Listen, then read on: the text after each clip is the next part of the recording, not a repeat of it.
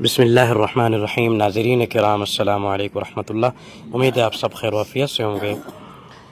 آج 21واں روزہ ہے۔ اسی دن حضرت علی کرم اللہ وجہہ کو بڑی بے دردی کے ساتھ شہید کیا گیا تھا۔ یہ وہ شخصیت ہیں، رسول اللہ صلی اللہ علیہ وسلم کے چوتھے خلیفہ ہیں اور رسول اللہ صلی اللہ علیہ وسلم کے داماد ہیں۔ بچوں میں سب سے پہلے اسلام قبول کرنے والے عظیم صحابی ہیں۔ آپ کی تربیت براہ راست نبی کریم صلی اللہ علیہ وسلم کے زیر سایہ ہوئی، جس کی بدولت آپ علم، شجاعت، تقوی اور حکمت میں بے مثال مقام رکھتے ہیں۔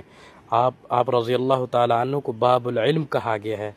آپ کی زندگی عجز، انکساری، عدل و انصاف اور اسلام کی دفاعی خدمات سے عبارت ہے۔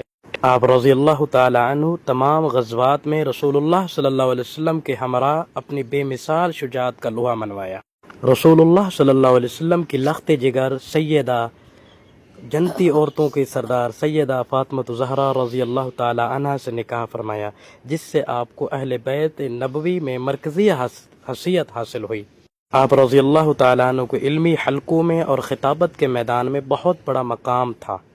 قرآنی علوم اور علوم نبوت کے ساتھ ساتھ آپ اسلامی تاریخ میں بھی ایک عظیم ماہر قانون اور مفکر کے طور پر مانا جاتے تھے۔